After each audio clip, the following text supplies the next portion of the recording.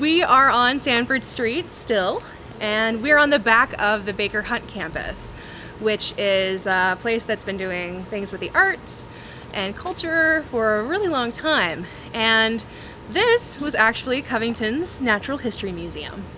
Has anybody ever heard of a Wunderkammer before? The term?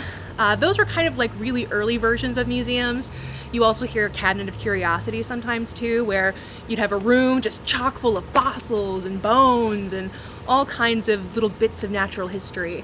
And this museum was kind of in the tradition of that.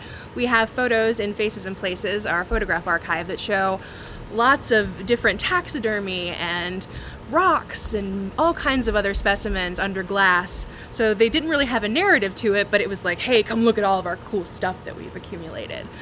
So this was actually, it displayed the collection of Archie J. Williams, who had been amassing his collection over 17 years. He actually fought in World War I and was involved with tanks in some capacity. And he worked as the director of the museum for quite a while too. So this building was specifically built for the purposes of being a natural history museum. There's even a photograph of Margaretta Baker Hunt laying the cornerstone, which we can't see from over here, but I think it was in, I believe, 1929. Yes, on June 29th of 1929, which was an anniversary for Baker Hunt. Margaretta commissioned the construction of the building to house the collection specifically, and it was said to have over 65,000 specimens of taxidermy, insects, all kinds of different things. And it closed in the 1940s, unfortunately, but because it's part of the campus, it's still here today. This house, the people who lived there, they weren't Covington natives, but they were really involved with the city. Their names were Edward S. Ebbert and Mattie G. Hearn Ebbert. The first time you see the Eberts in the home is in the, I believe, the 1886 city directory. They were married in 1880, and the city directory we have between those two, the married couple are actually living in the father-in-law's house, which is the Hearn house at the very end of 5th Street.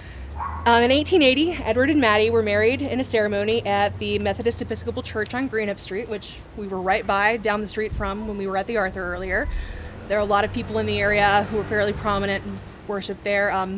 Anybody know the Schinkel name? It comes up over and over again in Covington history. They went to church there too, so you hear it a lot.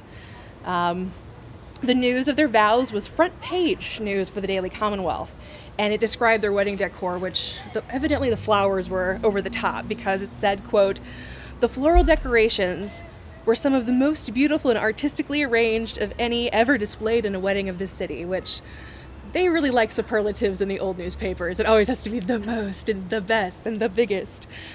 And they shared the 12-room home, like I said, with his mother, their sisters. They did a lot of traveling. They were involved in the Covington Art Club.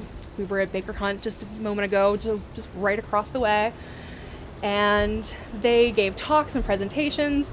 They went to Scandinavia, Spain, Hawaii. So they had some money to travel, and they did it a lot.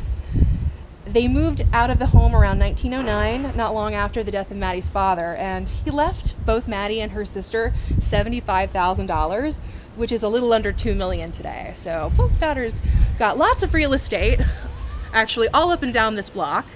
They got lots of cash, and even her husband was given $12,000 then, which was about, I think, around $350K today.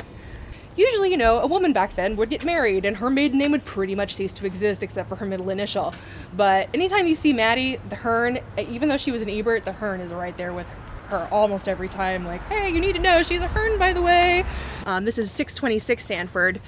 The Orr Academy that we mentioned earlier, that was basically the first house, it's right next door. So something you'll notice is these houses are all about the same distance from the street. They're stylistically similar. It's just because the lot was over time subdivided up. So these are going to be much newer than the Orr house, of course. 626 Sanford, though, in 1877, was occupied by Dewitt C. Collins, who was a cashier at the Northern Bank, as well as his family. He was elected to the Covington City Council in 1887 with 115 votes. 11 months later, there was an article in the Daily Commonwealth that, quote, "Mr. Dewitt C. Collins tells all he knows about the matter." The matter referred to in the article were the, quote, irregularities in the accounts of the city treasurer. So there seemed to be a mistake with the payments made by the city of Covington to the Bank of America in New York City. Apparently there was a mix-up and the coupon was lost in the mail, so as they say, checks in the mail. The money was never received by the Bank of America. When Mr. Collins became of the error while going over the city's books and brought it up to the treasurer at the time, who was W.G. Stone, Stone claimed that he was aware of the problem and returned the money to the Bank of America.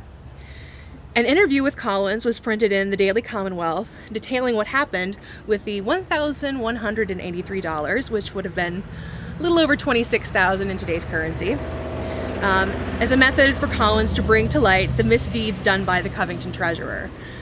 But it seemed that the citizens of Covington were quite pleased with Collins' actions, and 2 years later, a letter was printed in the 30th of September 1879 issue of the Daily Commonwealth that asked Dewitt C. Collins to fill the vacated city council position of J. Follis, stating that he had done well with the budget problems in 1877, so all was forgotten pretty quickly. Interestingly, in 1960, the house was occupied by Clyde Maston, who advertised in the Williams directory, the city directories, that you could call him to purchase eggs. So I guess there were chickens here at some time too. So you get a little bit of farming in the King Riverside Historic District, I guess, as well, even a little bit on the light side.